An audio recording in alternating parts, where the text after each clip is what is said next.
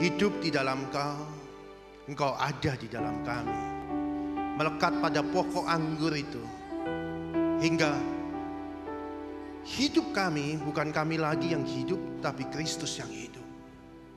Bapa, tanpa Roh-Mu kami tidak mampu lakukan, tapi dengan Roh-Mu maka kami melihat pekerjaan-pekerjaan ajaib-Mu melalui bait-Mu ini, melalui tubuh kami, sehingga dinyatakan kerajaan-Mu di bumi seperti di surga melalui hidup kami, melalui bait-Mu ini. Terima kasih Bapa, ajar kami mengerti setiap kehendak-Mu, ajar kami boleh melihat, merasakan, menjamah sang kebenaran hidup itu Tuhan, sehingga kami tidak menyimpang daripada jalan-jalan-Mu. Demi nama Yesus kami berdoa, amin. Silakan duduk saudara. Saya undang Christopher untuk kesaksian. Christopher ini dan nanti ada wisuda untuk pendoa saudara. Christopher akan kesaksian apa sih yang dia dapat di dalam kelas doa. Bagaimana otoritas dia di dalam kelas doa itu, apa yang terjadi, dan apa waktu dia praktekin, apa yang terjadi. Silakan Chris. Shalom, selamat pagi semuanya. Terima kasih Pak Han kesempatannya untuk sharing dan testimoni. Jadi Bapak Ibu, Chris beberapa minggu yang lalu ikut kelas pendoa, ya. Jadi awalnya Chris pikir itu kelas pendoa adalah bagi orang-orang yang tiap hari berdoa terus berjam-jam. Pertamanya pikirannya itu pada saat dapat broadcast, bahwa kelas pendoa itu bagi orang yang rajin berdoa berjam-jam. Ternyata bukan itu. Jadi di kelas pendoa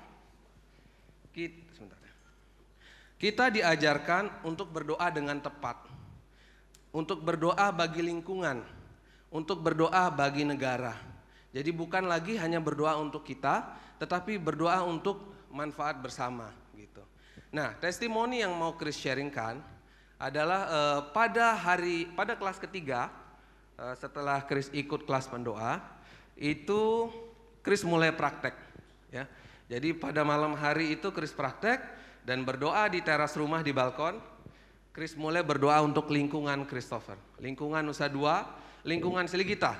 Jadi saya berdoa, Tuhan Yesus lindungi lingkungan hamba, mohon kirim malaikat-malaikat kudus-Mu melindungi lingkungan kami, jauhkan lingkungan Nusa Dua daripada mara bahaya, daripada kuasa kegelapan, daripada penjahat, daripada kriminalitas. Kenapa Chris berdoa seperti itu? Karena kita diajarkan di kelas berdoa untuk mendoakan buat lingkungan kita, buat gereja kita, buat negara kita. Jadi bukan lagi hanya berdoa untuk kita, ya. Jadi setelah Chris berdoa, malam harinya Chris tidur, dan pada malam itu Tuhan kasih Chris penglihatan melalui mimpi, ya. Jadi malam itu Chris lihat di suatu jalan di Nusa Dua ada ular besar, ular python warna kuning, tetapi bukan python biasa, ini pythonnya lebih besar. Mungkin panjangnya ada sekitar, saya hampir 2 meter, berarti sekitar 4-5 meteran lah, tapi besar sekali badannya. Mungkin hampir sebadan Chris ini luasnya. Jadi saya lihat ular itu warna kuning. Kalau Bapak Ibu paham, ular itu di alam roh artinya kuasa kegelapan, artinya roh jahat, artinya setan. Tetapi ini bukan ular biasa, ini ular python yang besar. Nah, pada saat Chris lihat ular itu berjalan di salah satu area di Nusa Dua. Nah, pada saat itu Chris lihat ada 2 orang berpakaian putih bersih datang, set. Dan satu malaikat itu, saya sangka itu adalah malaikat, satu membawa pedang seperti sabit, yang satu lagi membawa pedang bermata 2 ya, seperti parang lah seperti itu. Jadi 2 malaikat itu berjibakulah dengan si ular python yang besar itu. Pada akhirnya mereka menang dan mereka potong-potong itu ular. Dan di dalam mimpi I was shocked gitu. Saya lihat Tuhan kasih saya penglihatan, dipotong itu ular besar. Jadi ular besar itu melambangkan suatu kekuatan roh jahat yang mungkin berada di daerah Nusa Dua, di mana Chris berdoa pada waktu itu. Jadi Bapak Ibu, yang mau Chris sampaikan adalah ada kuasa dalam doa. Bayangin, ini saya satu orang berdoa untuk lingkungan. Bagaimana kalau kita semua serentak berdoa untuk lingkungan? Supaya apa? Dijauhkan dari kriminal, dijauhkan dari kuasa kegelapan. Jadi nama Tuhan bersinar, lingkungan kita aman. Makanya Bapak Ibu penting untuk ikut kelas pendoa supaya kita bisa berdoa dengan efektif, ya. Bapak Ibu, saya juga mau ingatkan, berdoa buat pemimpin-pemimpin kita, gembala kita, Bapak pendeta kita, panatua kita. Selipkan di doa Bapak Ibu sehari-hari doa keluarga selipkan nama pendeta kita hamba Tuhan. Karena mereka adalah pemimpin kita yang paling beresiko. Karena kuasa kegelapan apa-apa pasti akan berusaha untuk menyerang pemimpinnya dahulu.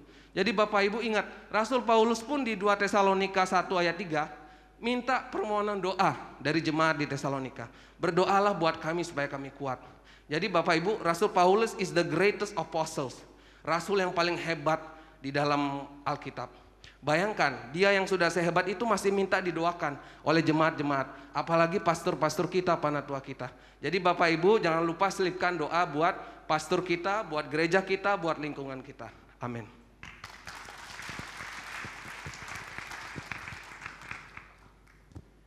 Doa orang benar, besar, kuat. Yang kuasa doanya atau orang benarnya? Yang terpenting itu orang benarnya atau doanya? Orang benarnya. Jadi saudara harus benar dulu dalam diri saudara, baru besar kuasanya. Setuju? Jadi bukan banyaknya yang kita doakan, bukan, tapi posisi kita, status kita sebagai orang benar ini loh. Nah, di dalam tim doa ini, di dalam kelas doa ini yang diajar memposisikan sebagai orang benarnya ini loh, hidup benarnya ini loh, sehingga ucapan kita punya kuasa. Banyak orang banyak berdoanya, tapi tidak memposisikan dirinya, karena senjatanya itu adalah kekuatannya itu sebagai orang benarnya. Amin. Saya minta slide pertama. Thank you, Chris. Oke, spiritual worship. Saudara mengerti yang mengenai perumpamaan Yesus mengenai orang Farisi dan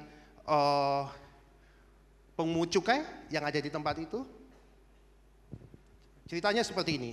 Ada seorang ahli Taurat, orang Farisi, orang yang taat beragama, masuk ke dalam gereja. Tuhan, nih handoko, sudah khotbah, sudah pelayanan, sudah ngasih perpuluhan. Aku juga nggak seperti pemungut cukai, hidupku kudus. Itu gambaran ahli Taurat. Lalu ada pemungut cukai masuk ke dalam, nggak masuk, dia nggak berani masuk, dia cuma memukul dirinya. Aku nggak layak Tuhan, ampuni aku orang berdosa. Menurut saudara, sini sudah dilatih, menyembah itu bukan lagu. Lagu itu hanya ekspresi ucapan syukur. Amin. Penyembahan itu bukan lagu. Lagu itu adalah ekspresi pengucapan syukur. Terima kasih Tuhan, Engkau luar biasa, Engkau dahsyat. Penyembahan itu bukan masalah lagu. Karena lagu itu ekspresi ucap syukur. Penyembahan adalah, tolong slide-nya tadi. Penyembahan bicara mengenai sikap hati. Coba dua-duanya menyembah Tuhan. Satu menyembah dengan dirinya, satu menyembah dengan pribadi Kristus, kelembutan, kerendahan hati, kesabaran. Gak layak Tuhan aku. Tapi dua orang ini yang sama-sama menyembah Tuhan. Siapa yang dibenarkan Tuhan? Siapa yang dibenarkan? Pemungut cukai. Kalau saudara mau belajar penyembahan, dilihat dua orang ini. Saudara datang ke gereja ini, saudara menjadi seperti ahli Taurat itu, atau pemungut cukai. Aku nggak layak Tuhan. Aku memang sudah melayani, tapi aku nggak layak. Aku mau Engkau Tuhan. Aku mau Engkau. Mungkin saudara tidak dosa, mungkin saudara bukan pemungut cukai. Tapi ingat, hal-hal yang rasanya sudah saudara pernah lakukan, itu menjadi kebanggaan enggak? Atau, aku sudah melayani ini, aku sudah asar, aku sudah khotbah, aku sudah nabur ini, itu menjadi kebanggaan enggak? Belajar kosongkan diri, miskin di hadapan Allah. Orang kaya itu bukan masalah duit saudara. Kaya itu bicara mengenai kaya pengetahuan, kaya firman, kaya. Kalau engkau tidak merasa kaya dengan firman, kaya dengan egomu yang naik, itu kesombongan. Makanya yang dicari Tuhan ini adalah miskin di hadapan Allah. Miskin di hadapan Allah itu bicara mengenai miskin, bukan miskin yang masih bisa makan, saudara. Kalau orang, kalau bahasa aslinya itu miskinnya itu bukan miskin yang kalau orang janda yang ngasih ke persembahan. Nah itu persembahan yang di Alkitab itu kan satu koin masukin. Itu miskin. Tapi yang dimaksud miskin di sini, miskin itu sampai enggak bisa makannya itu. Dia sampai enggak punya apa-apa untuk dimakan. Itu bahasa aslinya. Jadi engkau harus bisa miskin di hadapan Allah ini bukan miskin masalah harta. Tapi sikap hatimu. Nah, sikap hati seperti pemungut cukai. Menurut saudara pemungut cukai ini kaya atau miskin dia? Maksudnya dia punya uang enggak pemungut cukai? Oh pasti kaya pemungut cukai. Kira-kira pemungut cukai ini pernah enggak lakukan kegiatan sosial? Pasti punya. Tapi dia datang merendahkan diri. Tuhan, aku enggak layak. Aku enggak dapat itu. Semuanya aku enggak layak. Nah ini loh miskin. Bagaimana cara menyembah kita? Apa kita menyembah dengan ritual worship yang nyanyi, pelayanan, tapi nggak punya sikap hati miskin di hadapan Allah. Merasa kaya kan seperti ahli Taurat dan orang Farisi ini. Aku ini handoko, aku udah lakukan ini, aku udah lakukan ini, aku udah lakukan ini. Atau saudara ke gereja hanya cuma pokoknya aku datang ke gereja selesai. Nggak ada gunanya. Inilah spiritual worship. Saudara boleh nyanyi di sini, wah haleluya, haleluya, haleluya. Tapi sikap hatinya seperti orang ahli Taurat ini nggak ada gunanya. Karena engkau pulang dari gereja ini menjadi orang yang nggak dibenarkan sama Allah. Tapi pemungut cukai dengan sikap hati yang seperti itu, dia nggak layak seperti itu. Dia adalah orang yang dibenarkan lebih daripada orang yang melakukan ketaatan daripada firman seperti ahli Taurat. Karena Tuhan cari sikap hatinya. Amin. Pilih mana? Menyembah dengan cara yang ini atau yang cara itu, yang berkenan atau enggak berkenan. Inilah penyembahan dalam roh dan kebenaran. Ini menyembah, saudara. Menyembah bukan lagu. Menyembah adalah sikap hati kita. Next. Hamartiah. Gracio gede sekali ya badannya ya. Montok udah. Saudara, hamartiah itu kalau bahasa aslinya itu selama ini saya tahu itu meleset atau keluar daripada sasaran. Tapi bahasa aslinya itu adalah cacat karakter yang menyebabkan kejatuhan dari seorang pahlawan yang meleset dari sasarannya. Itu bahasa aslinya. Cacat karakter. Jadi engkau ini pahlawan. Engkau pahlawan tapi enggak tepat sasarannya. Karena cacat karakternya itu enggak membuat dia itu jatuh. Engkau sudah ditetapkan jadi pahlawan, tapi karena cacat karakternya ini, contoh gini dia. Ya apa ya? Saya mau jelasin mengenai ini. Gracio ini latihan tiap hari. Bukan tiap hari, seminggu 2 kali dia latihan. Seminggu 2 kali dia latihan panah. Waktu dia sudah latihan, dia sudah melakukan, dia coba belok sana. Itu namanya hamartiah. Setuju? Coba lagi, tepat sasaran, itu benar. Coba saudara, Gracio latihan rutin, tapi waktu manah terus, dia meleset terus, itu namanya apa? Hamartiah, setuju? Ada gunanya enggak dia latihan berarti? Kalau dia enggak pernah tepat sasaran, ada gunanya enggak? Enggak ada gunanya, sama.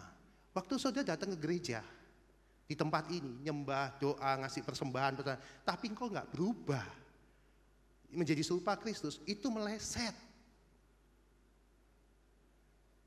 Saya ulang, Gracio ini latihan terus, tapi kalau dia latihan terus dan dia memanahnya itu tidak pernah tepat sasaran, meleset terus, itu namanya hamartiah.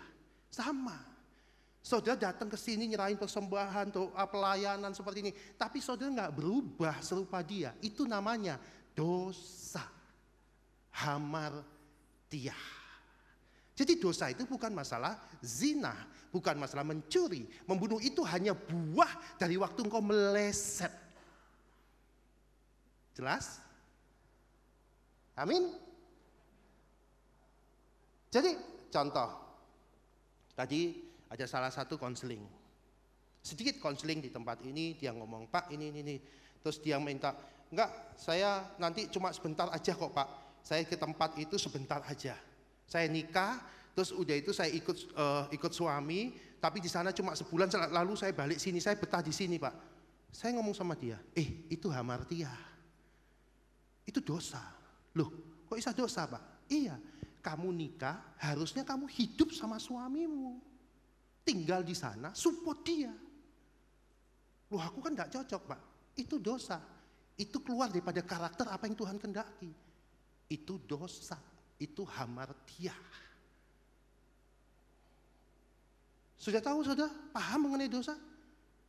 Jadi dosa ini jangan dilihat yang gede-gede aja, yang nyuri, membunuh, berzinahnya, enggak. Dosa itu bicara mengenai engkau keluar daripada apa yang sudah kau tetapkan. Kalau suami istri itu harus satu, tinggal sama suami istri, ya di situ. Kalau istri harus taat pada suami, iya di situ, itu panggilanmu. Waktu engkau melangkahi kehidupan suamimu, engkau jadi imamnya. Waktu suamimu sudah hidup dalam kebenaran, terus kau nindas suamimu, engkau hamartia, engkau dosa. Begitupun suami sudah dikasih urapan sebagai imam dan raja, tapi nggak mau berfungsi sebagai imam dan raja, maunya saenake tok, itu hamartia, itu dosa. Apapun di sini saya sebagai gembala, saya gembala di sini, terus tahu-tahu saya cuma posisi tolong ya sana, tolong saya, terus udah itu hanya seenaknya saja di tempat ini, itu hamartia. Jadi dosa ini bukan masalah prinsipnya, tapi bicara mengenai apa ya, keluar daripada panggilan apa yang Tuhan taruhkan. Amin.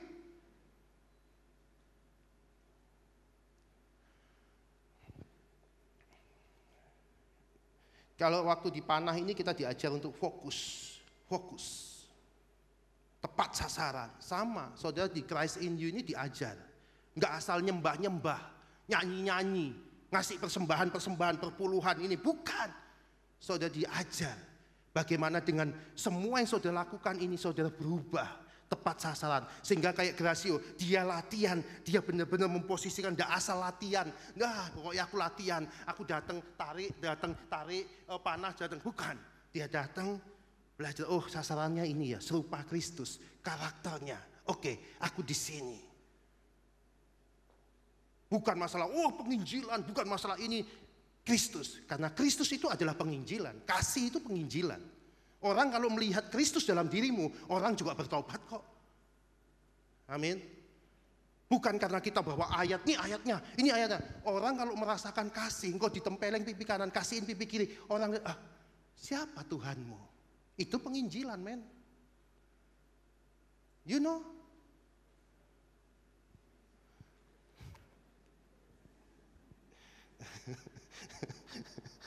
Haleluya. Next, saya nggak akan khotbahkan semua, tapi yang penting saudara masuk kepada saudara.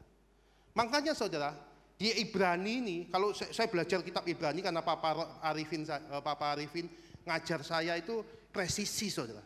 Pak Arifin itu kalau ngajar saya itu, kalau saya punya perenungan itu meleset, enggak, ini gini, ini ayat, coba kamu lihat bahasa aslinya ke sini, saya punya Bapak rohani itu luar biasa. Dia nggak mau saya meleset 1 senti pun. Han, cek bahasa aslinya sini, Han, cek bahasa ininya, dia cek semua. Ini gini loh pengertiannya ke arah ini. Makanya sekarang saya disuruh belajar untuk bahasa kitab Ibrani. Saudara, kalau di Ibrani 6 ayat 1 dan 2 ngomong seperti ini.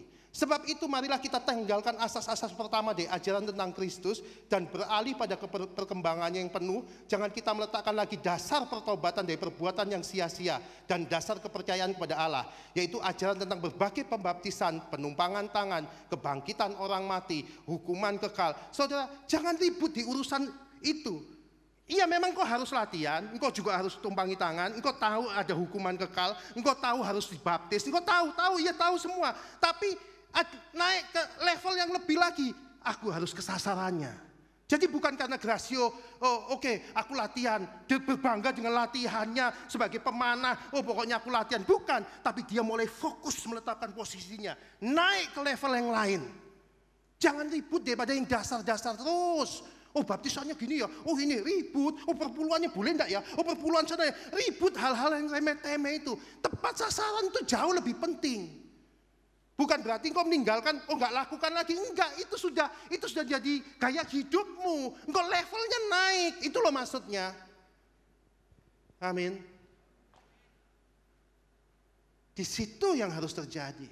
Karena banyak Ibrani ini, kitab Ibrani ditulis untuk orang Yahudi yang sudah mengenal ayat dan mereka sudah mengenal Kristus, terus dia mau balik lagi kepada ritual agama. Enggak, kamu kembali kepada Kristus tetap. Jadi mereka ini adalah orang-orang Ibrani ini, orang-orang yang sudah mengenal ayat dan udah menerima Yesus, tapi udah kok enggak ada mujizat-mujizat sih, kok enggak ada berkat-berkat, tak balik lagi ritual. Mereka mau balik ritual lagi. Makanya di Ibrani, siapa yang mempesona kamu sampai kau mau kembali lagi ke situ, meninggalkan Kristus? Ayo tinggalkan asas pertama ini, masuk ke sasaran yang tepat. Amin. Next. Mengapa kita harus dipimpin Roh? Bukain semua. Loh, kok? Ya, buka. Mengapa hidup ini harus dipimpin Roh? Ini saya tidak akan terangkan semua. Roh itu memerdekakan, roh itu memberi hidup, roh itu memberi identitas kita sebagai anak Allah, roh itu memberi kuasa, roh itu menuntun. Artinya apa? Pribadi Kristus itu yang memerdekakan kita, pribadi Kristus, kasih itu yang memberi kita hidup, kasih itu yang memberi kita identitas sebagai seorang anak Allah. Memang kalau engkau lakukan Tuhan mujizat, musir setan, bernubuat, tapi enggak ada kasih, enggak ada pribadi Kristus, enggak ada engkau anak Allah, engkau bukan anak Allah. Bukti engkau anak Allah apa? Waktu engkau dihina, engkau tetap bisa mengasihi. Itu engkau anak Allah, itulah roh. Roh yang menuntun, mengajar. Saudara dapat pengajaran-pengajaran yang saudara terima dari apa yang saya ajarkan ini dari mana? Dari roh, dari pribadi Kristus yang saya jalanin. Itu yang saya ajarkan. Saya tidak bingung cari buku apa ya, buku apa. Enggak, saya jalani bagaimana Kristus. Saya mengerti ayat-ayat itu. Firman itu menerangkan dirinya sendiri. Bagaimana firman itu hidup. Terus roh yang bersaksi dengan roh kita. Roh itu menjadi pengacara, nanti saya jelaskan. Roh ketaatan, next. Kenapa kita harus dipimpin oleh roh? Kalau Roma 8 hidup dipimpin roh, perikopnya. Roma 8 ayat 1 katakan seperti ini. Demikian sekarang kita tidak ada penghukuman bagi mereka yang ada di dalam Kristus. Bahasa Indonesianya itu berhenti di situ. Tapi kalau bahasa Ibraninya ada lanjutannya, ada bahasa King James, bahasa Inggrisnya ada lanjutannya. Yang tidak berjalan menurut daging, tapi menurut roh. Nah, kalau saudara lihat bahasa Indonesianya toh, demikian orang tidak ada penghukuman yang ada di dalam Kristus. Yes, pokoknya aku ngaku Yesus Tuhan, tidak ada penghukuman. No. Di sini ada salah yang tidak berjalan menurut egonya, harga dirinya, ambisinya, tapi menurut roh, menurut pribadi Kristus, nggak ada penghukuman. Amin. Jadi jangan dilihat bahasa Indonesianya toh dipotong, nggak, coba bandingin ke bahasa Inggrisnya. Karena bahasa Indonesianya dipotong aja. Kelihatannya asal menerjemahkan, pokoknya terjemahkan aja dulu. Dia nggak ngerti, ini nggak perlu, buang. Bahasa Inggrisnya itu. Jadi spirit yang memerdekakan, roh yang memerdekakan, spirit of freedom. Kenapa? Tidak ada penghukuman. Kenapa? Contoh paling gampang, nggak usah jauh-jauh saudara. Satu saat saya bikin salah ke Pak Arifin. Saya bikin salah, aduh ini salah ini. Saya cuma datang, telepon papa. Pak, aku salah. Aku bikin keputusan seperti ini. Pak Arifin cuma jawab gini. Dia tidak menghukum saya. Dia Dia cuma gini, Han, nggak apa-apa, nanti papa yang tanggung jawab, yang selesaiin papa. Saudara coba, kalau saya datang dengan ego saya, Pak, ini karena gara-gara ini, Pak, gara-gara ini, Pak, gara-gara ini. Kamu itu nggak benar, ada penghukuman.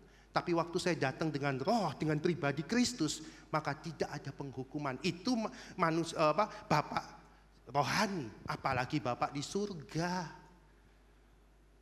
Amin. Jadi kalau engkau datang dengan egomu, pasti ada penghukuman. Tapi kalau engkau datang lemah lembut, tuh ampuni aku. Pak Handoko, ini aku salah gini. Pak, ini aku salah ini. Tuhan, aku salah seperti ini. Tidak ada penghukuman bagi orang yang hidup di dalam roh. Amin. Roh memberi hidup, telah memerdekakan kamu dalam Kristus hukum dosa dan hukum maut. Roh memberi hidup dari hukum dosa dan hukum, telah memerdekakan kamu dari dalam Kristus dari hukum dosa dan maut. Next. Tetapi kamu yang 9-nya saya loncat karena itu memberi kuasa di situ, yang ayat 2 tadi itu sama ayat 1 itu memberi kuasa, bukan kuasa untuk bikin mujizat, itu hanya buah daripada engkau hidup di dalam dia.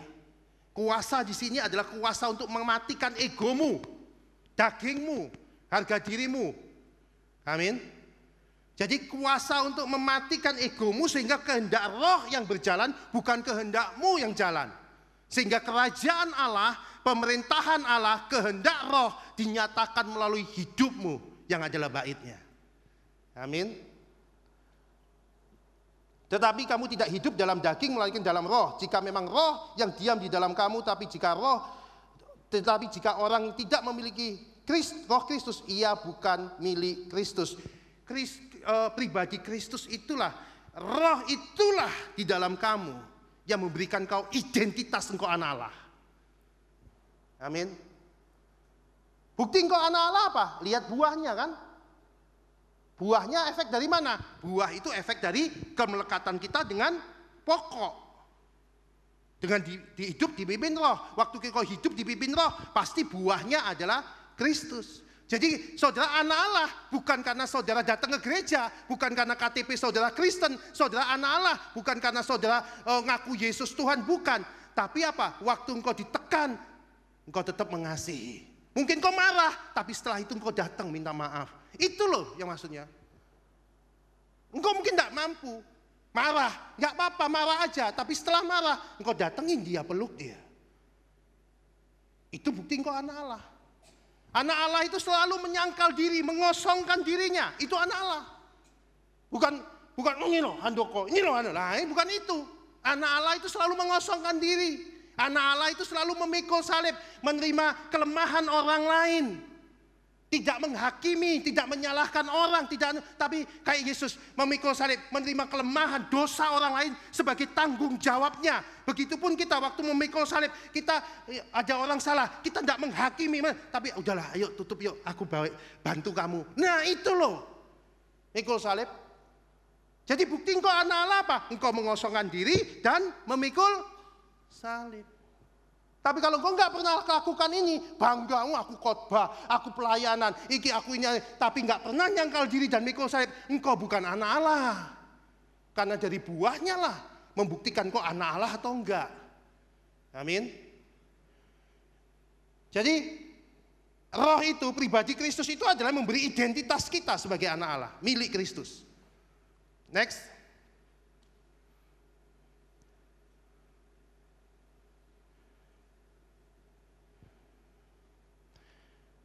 Jadi saudara-saudara, ayat 12. Jadi saudara-saudara, kita adalah orang-orang yang berhutang, tapi bukan kepada daging, supaya hidup menurut daging. Saudara nggak berhutang menurut daging, sehingga saudara harus nurutin daging. Oh egoku, apa kamu? Nurutin egomu terus.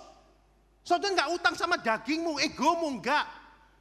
Saudara berhutang sama roh yang ada dalam. Tetapi sebab jika kamu hidup menurut daging, kamu akan mati. Tapi jika oleh roh kamu akan mematikan perbuatan-perbuatan tubuhmu, kamu akan hidup. Artinya gini, engkau bukan berhutang sama daging, saudara. Saudara, engkau harus diperbudak oleh dagingmu.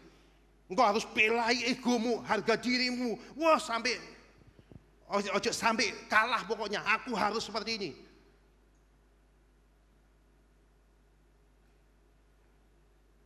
Tetapi jika oleh roh kamu mematikan perbuatan-perbuatan, kamu akan hidup. Jadi engkau akan hidup kalau engkau oleh roh, oleh pribadi Kristus, itulah yang mematikan perbuatan-perbuatan egomu, kedaginganmu, emosimu.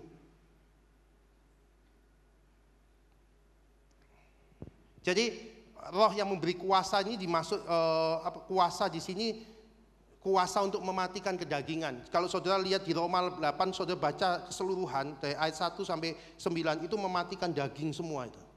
Kuasa untuk mematikan daging. Next.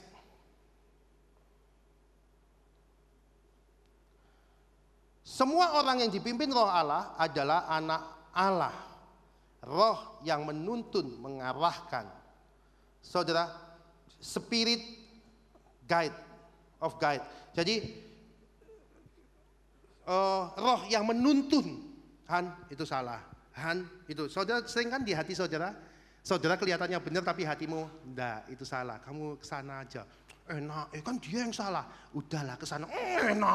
Kan dia yang bawa uang buku, Pak. Ayo sana. Aduh, datangi. Betul kan? Sering kan? Ayo, itu kan istrimu. Loh, kan dia yang salah, aku kan imam. Ayo, itu datengin. Betul enggak? Ada kayak gitu enggak? Roh itu menuntun terus.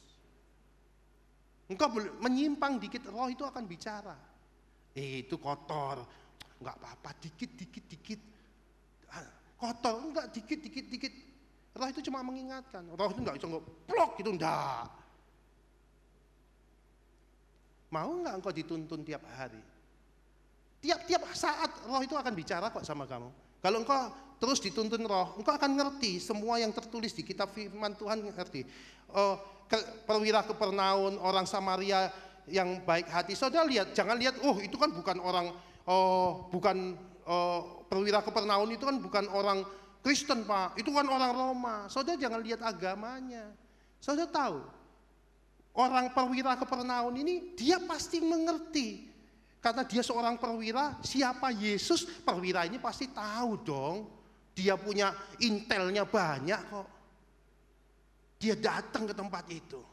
Kenapa perumpamaan Yesus itu perwira Kapernaum, wanita yang mengurapi kaki Yesus, terus dengan minyak, terus wanita Kanaan. Kenapa sih orang-orang yang ada di perumpamaan Yesus itu kok bukan Tuhan ngasih, ini loh orang Yahudi, enggak. Tuhan ngasih orang yang punya kasih, yang ditunjuk Tuhan malahan, yang dibenarkan itu orang-orang yang punya kasih. Kenapa sih? Karena sasaran Yesus itu ya kasih ini. Gitu loh.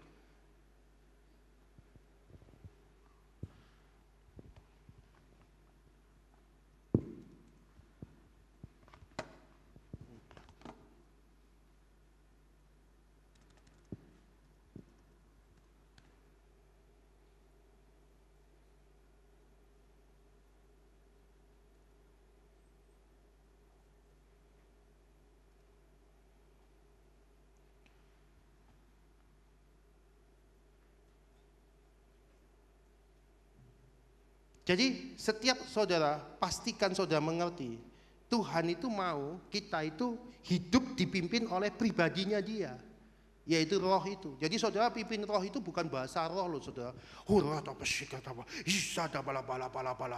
Sandal lama. Kapan sandal barunya Tuhan?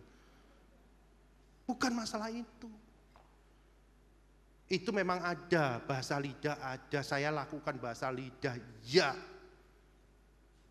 Tapi hidup dipimpin roh, bicara hidup dipimpin kasih. Kasih itu menjadi jawaban dalam hidup kita. Next. Nah, ini saya akan jelasin, tapi lumayan sulit menjelaskan, tapi saya akan jelaskan. Nangkep, enggak nangkep, saudara harus nangkap. Saudara lihat, Roh itu bersaksi, roh itu menjadi pengacara, roh itu menjadi pembelanya. Bersama-sama roh kita, bersama kehidupannya kita, bahwa kita adalah anak-anak Allah. Artinya gini, roh itu bersaksi, pribadi Kristus itu bersaksi, waktu engkau dihina, engkau tetap mengasihi. Lah itu bersaksi, ini memang anak Allah, betul enggak? Ngerti maksud saya itu? Artinya gini, waktu engkau dihina, engkau tetap mengasihi, waktu engkau ditekan, engkau tetap memberkati orang itu. Lah, itulah roh itu, dengan rohnya kita itu bersaksi. Ini loh, anak Allah ini model kayak gini. Jadi bukan masalah rohnya itu ngomong enggak, tapi tindakan kita itu sudah menjadi saksi bahwa kita adalah anak Allah. Amin. Jadi bukan mendorong pada ucapannya, tapi mendorong pada perilakunya, kehidupan, sikap kita inilah yang membuktikan kita anak Allah. Amin. Nah, kalau ini kalau saudara lihat film Lion King, yang menjadi Simba itu Donald Glover ini, saudara. Donald Glover ini waktu dia dikontrak sama pembuat filmnya, saudara tahu, dia suruh menjadi karakternya, dia masuk kepada karakter dari Simba. Setuju? Bisa enggak? Tahu-tahu sudah dibayar, lunas, udah suruh jadi karakternya Simba, terus mau enggak, aku mau jadi Donald Glover aja. Bisa enggak? Dipecat langsung. Betul? Sama, kalau di dalam Kristus itu kebalikannya, saudara. Simba ini, Kristus ini, masuk ke dalam tubuh kita, maka kita nggak boleh hidupin diri kita. Yang hidup itu adalah lion ini, Kristus ini dalam diri kita. Ngerti maksud saya, saudara? Kalau saudara hidupin egomu, dirimu, itu namanya hamartiah. Karena engkau sudah ditebus lunas. Hidupmu bukan kau lagi yang hidup, tapi Kristus yang hidup. Sama Donald bebek nanti jadinya. Donald Glover ini waktu dibayar lunas, dia dibayar lunas, nih kamu tak tetepin, kamu menjadi karakternya Simba ya, oke. Dia masuk ke dalam tubuhnya Simba, dia menjadi karakternya Simba, dia jadi Simba itu. Lah, waktu engkau ada di dalam Kristus sama. Engkau tidak boleh hidup kemauanmu sendiri, egomu, harga dirimu. Engkau harus dipimpin oleh roh dengan apa? Masuk ke Roh Kudus masuk ke dalam tubuhmu. Engkau tidak lagi dipimpin oleh dirimu, tapi engkau dipimpin oleh Kristus. Itulah dipimpin oleh roh. Amin. You know what I mean? Sedap.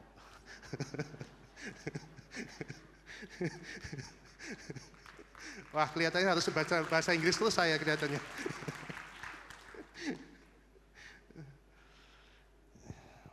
Ya, inilah Paulus ngomong, hidup adalah Kristus, mati adalah keuntungan. Saat aku lemah, aku kuat. Karena dia waktu dia mati, egonya, harga dirinya mati, Kristusnya muncul. Itulah yang membuat dia kuat. Kuatnya apa? Disitulah kasih karunia ada. Bukan waktu Paulusnya yang hidup, tapi waktu dia lemah, dia kuat. Karena apa? Waktu dia mematikan egonya, harga dirinya, aduh, aku di penjara, ya wis enggak apa-apa, tak jalani. Di situ kekuatan roh itu muncul. Amin. Ini yang harus terjadi dalam hidup kita. Dan jika kita adalah anak, maka kita juga ahli waris. Maksudnya orang-orang yang berhak menerima janji-janji Allah, yang akan menerimanya bersama-sama dengan Kristus, yaitu jika kita menderita bersama-sama dengan Dia, supaya kita juga dipermuliakan bersama-sama Dia. Jangan dipermuliakan, tapi nggak mau hidup di dalam roh. Hidup di dalam roh itu matikan daging, saudara. Mati egonya kita. Harga diri, ditempeleng pipi kanan, kasihin pipi kiri, itu penderitaan. Dihina tetap memberkati, itu penderitaan. Jadi penderitaan itu bukan karena kurang duit, aduh Tuhan, kurang duit. Oh. Bukan. Penderitaan itu waktu engkau disalahkan, engkau tetap mengasihi. Nah, itu penderitaan. Menderita bersama Yesus itu menderita ada di dalam kasih. Amin. Punya enggak? Engkau sudah lakukan enggak? Menderita di dalam kebenaran, menderita di dalam Kristus. Punya enggak? Atau engkau hanya apa? Kamu yang salah. pengacara, pengadilan, apa seperti itu terus. Ini suamiku yang nggak benar, ini istriku yang nggak benar, ini anakku yang nggak benar. Atau cuma itu toh? Mana menderita dalam kebenaran? Mana menderita bersama-sama Kristus? Jadi menderita ini bukan karena nggak ada kerjaan, bukan menderita karena kurang uang, bukan. Ada ndak tindakan-tindakan Kristus yang membuat dagingmu itu mati sehingga engkau lemah, di situ Kristus muncul. Itu yang paling penting.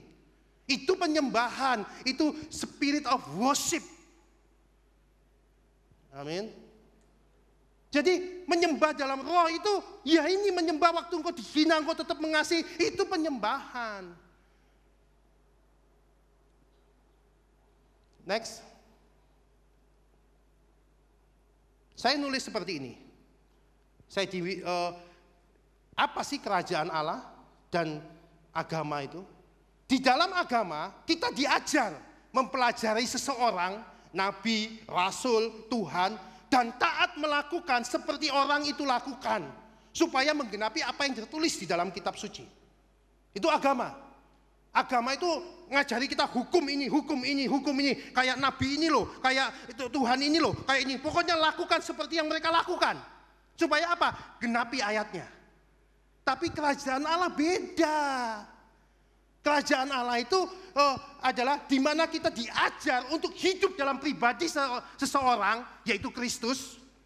Dan pribadi Kristus itu yang hidup melalui tubuh kita untuk mengerjakan pekerjaan-pekerjaannya yang akan menggenapi apa yang tertulis di kitab suci. Itu kerajaan Allah. Jadi kalau engkau diajar untuk taat firman tanpa Kristus, itu agama. Sia-sia, itu pasti membawa engkau kepada kematian. Tapi kerajaan Allah ngajari kita seperti tadi itu, Lion sama Donald Glover tadi itu. Itu diajar bagaimana kita hidup di dalam pribadi Kristus, hingga pribadi Kristus itu, hingga roh itu melalui tubuh kita mengerjakan pekerjaan-pekerjaannya. Disitulah kerajaan Allah dinyatakan, disitulah kehendak Allah dinyatakan. Makanya doa Bapa kami, datanglah kerajaanmu di bumi seperti di surga. Melalui siapa? Melalui dirimu sebagai baitnya. Jangan doa, Tuhan datanglah kerajaanmu, jadilah kehendakmu di bumi seperti di surga. Sampai rumah, apa loh? Katanya minta kehendak roh yang bekerja melalui dirimu. Tapi ada salah istri kita, suami kita, apa kamu? Apa? Loh ya apa caranya bekerja? Kalau tubuhmu aja nggak mau dipakai. Jadi bukan masalah doanya yang kita ucapin. Hidupmu itu bait Allah itu sarana, bait Allah itu sarana bagi roh Allah untuk mengerjakan pekerjaannya. Tuhan, utus si ini ke Papua Tuhan. Saya jangan Tuhan, nggak bisa. Kalau kamu berdoa, Tuhan berkati si ini, datang berkati.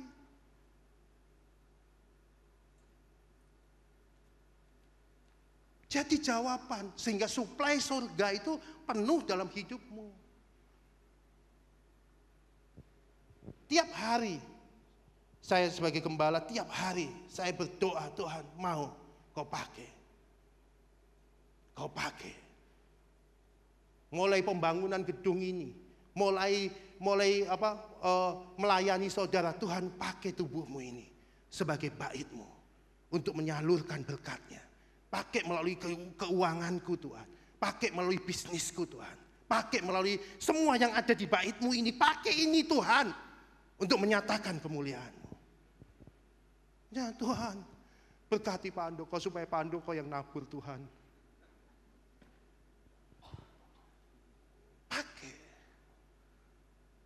Saya banyak menikmati melihat pertunjukan Tuhan dalam pembangunan gedung ini.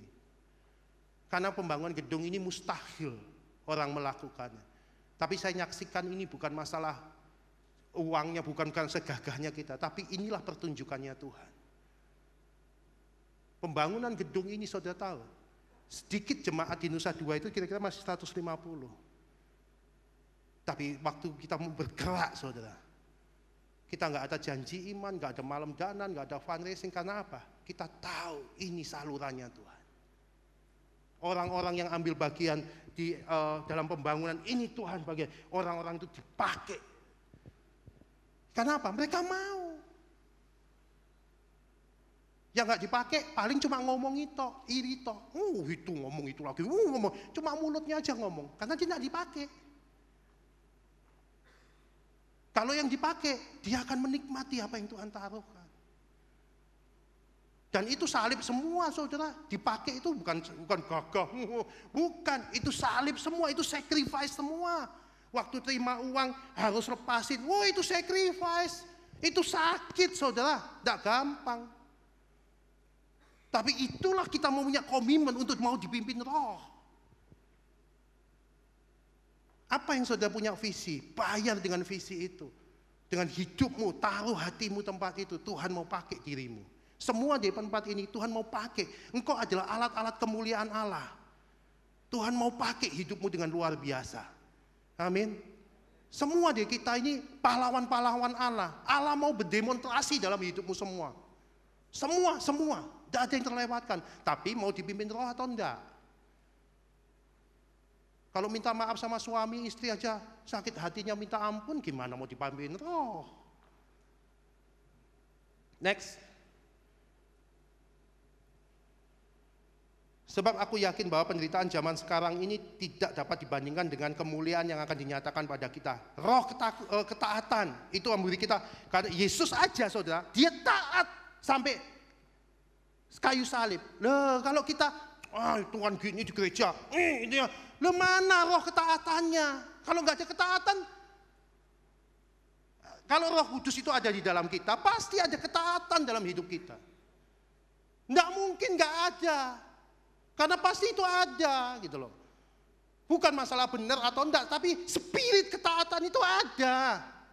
Kalau berdebat aja, ini Pak, ini, itu nggak harus. Hanya intinya kamu nggak mau naburkan, intinya kamu nggak mau memberikan, intinya kamu nggak mau komitmen kan? Iya Pak, nah udah itu aja. Nggak usah nyalain yang lain. Hanya berlindung kepada nutupi egonya dia, nyalahin ini, udahlah. Intinya ke situ kok. Belajar taat, karena Roh itu memberi kau ketaatan. Next. Yesus aja belajar taat sampai di kayu salib, sampai dia ngomong sudah selesai. Kenapa kita harus dipimpin Roh? Ini. Kita tidak mungkin menemukan kerajaan Allah dan kebenarannya tanpa hidup dipimpin Roh. Sebab kerajaan Allah dan pemerintahan Roh adalah pemerintahan Roh yang bekerja melalui diri kita adalah baitnya. Kita tidak mungkin diakui sebagai anak Allah tanpa hidup kita dipimpin Roh. Sebab hanya orang yang dipimpin Roh saja yang adalah anak Allah. Kita tidak mungkin menjadi penyembah benar tanpa kita hidup dipimpin Roh. Sebab Allah hanya mau disembah oleh Roh dan kebenaran. Kita tidak mungkin dapat mengenal Kristus tanpa dipimpin Roh. Sebab seluruh kepenuhan Allah ada di dalam Kristus. Saudara hanya tahu Kristus, dia kata orang, kata ini, makanya bingung ajaran sana, bingung ajaran sini. Kenapa? Engkau tidak kenal secara pribadi. Bingung, ini buku ini Pak, buku ini Pak, buku ini, pengajaran sana. Kenapa engkau bingung seperti itu? Karena engkau tidak mengenal secara pribadi. Kenal dia secara pribadi. Engkau nggak akan ke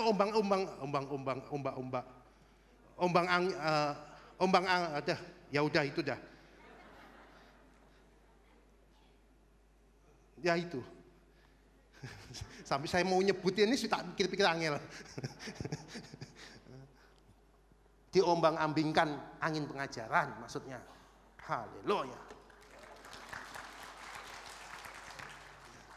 Setaat apapun kita, tanpa Roh, tanpa kasih itu ada di dalam kita, maka semua ketaatan kita akan firman-Nya adalah sia-sia dan tidak ada faedahnya. Sebab kasih itu buah daripada hidup dipimpin Roh. Betul? Ini saya tulis seperti ini.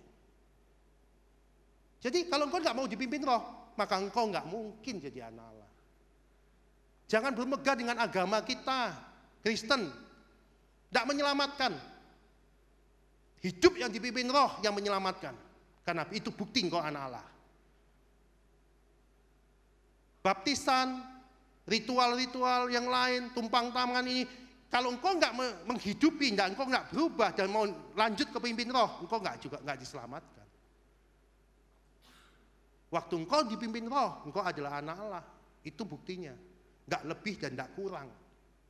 Karena inilah yang tertulis di firman-Nya. Next. Demikian juga roh membantu kita dalam kelemahan kita. Dan kita tidak tahu bagaimana sebenarnya harus berdoa, berbicara. Tapi roh sendiri berdoa kepada kita, untuk kita kepada Allah dengan keluhan-keluhan yang tak terucapkan. Artinya gini, waktu engkau dihina Tuhan, aku ini tidak punya duit Tuhan. Tidak usah ngomong doa, Tuhan aku tidak punya duit. Waktu engkau tidak punya duit, tapi engkau tetap berbelas kasihan ngasih orang. Roh itu berbicara sama Bapak di surga. Pak aku butuh duit Pak Bapak di surga, yo nae, tak kei nae gitu loh. Nanti timbang kamu gini, Tuhan berkati aku Tuhan. Ada orang butuh uang, enggak aku masih perlu makan. Tuhan, enggak ada gunanya kamu berdoa. Tapi waktu kamu kurang duit, seperti sekarang ini, pandemi ini, kamu tetap nabur. Roh ini, tindakan roh ini, pribadi Kristus ini akan berdoa kepada Bapa. Bapak, dengan tangisan, aku memberi orang ini Bapak. Bapak yang di surga, iya, aku berkati kamu nak. Itu loh maksudnya. Roh itu berbicara kepada Bapa dengan keluhan-keluhan yang tak terucapkan. Keren. Jadi waktu engkau tidak punya sesuatu, jangan bingung, aku tak doa di kamar aja. Bukan itunya. Tindakanmu itu biar berdoa kepada Bapa. Amin.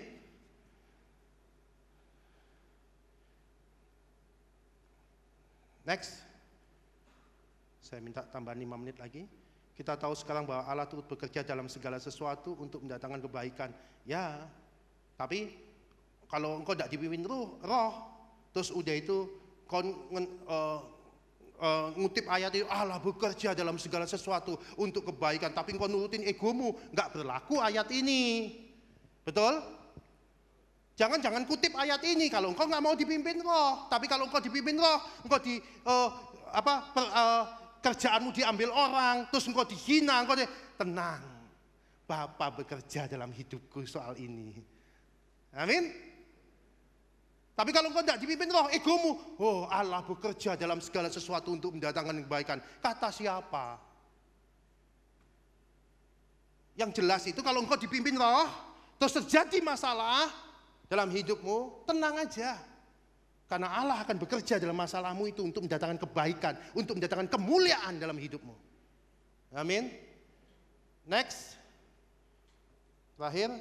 Kalau terakhir mujizat, terakhir bangun semua langsung. Dan mereka yang ditentukan dari semula, mereka juga dipanggilnya dan semula mereka dipanggilnya, dan mereka yang dipanggilnya mereka juga dibenarkan, dan mereka yang dibenarkannya mereka juga dimuliakan, disucikan, diserupa Kristus, lalu dibenarkan dan dimuliakan. Kalau saudara kalau bikin roti diaduk, terus ngikutin prosesnya, terus kasih bumbu-bumbu, terus udah itu masukin oven, dia menghasilkan sesuatu enggak? Sama. Kalau saudara ngikutin prosesnya, oke aku mau dibentuk, terus tahu-tahu kok aku dibenerin ya, terus ngikuti, dimuliakan itu hanya buahnya, hasilnya, ngerti ya? Tapi kalau saudara masuk ke prosesnya benar, hasilnya jelas.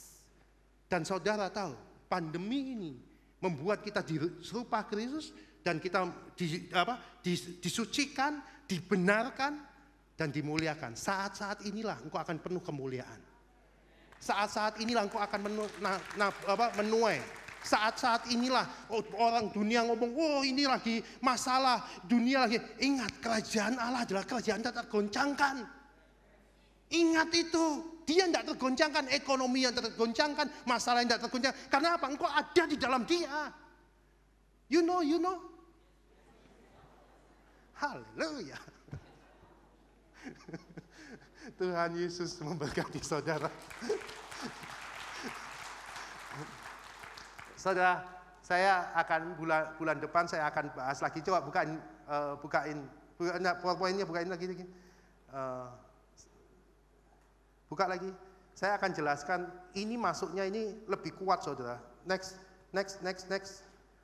Nah, saya menulis seperti ini, kerajaan Allah adalah sistem pemerintahan Allah yang bekerja melalui rohnya di dalam kita, di mana hidup kita bukan kita lagi yang hidup, tapi Kristus yang hidup, hingga kerajaan Allah dan kehendak roh dinyatakan di bumi seperti di surga melalui diri kita yang adalah baitnya. Next.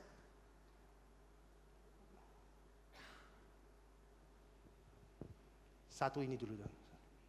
Barang siapa melayani aku, ia harus mengikut aku. Di mana aku berada, di situ pelayananku akan berada. Barang siapa melayani aku, ia akan dihormati Bapa. Artinya gini saudara. Saudara nggak lihat lagi, di mana saudara dipimpin roh di dalam keluarga, di dalam bisnis, di dalam gereja. Saudara nggak bisa bedain lagi. Karena apa? Di mana Kristus ada, di mana engkau hidup di dalam Kristus, apapun yang kau kerjakan itu pelayanan Tuhan. Jadi kau tidak lagi membedakan sekuler, terus rohani, enggak. Oh ini pelayanan, ini enggak. Dimanapun Kristus ada, di situ pelayananku akan berada. Artinya apa? Engkau tidak pisah-pisahkan lagi waktu engkau hidup dipimpin roh. Apapun yang kau kerjakan, itulah pekerjaan Allah. Amin. Itu yang terjadi. Tuhan Yesus memberkati saudara.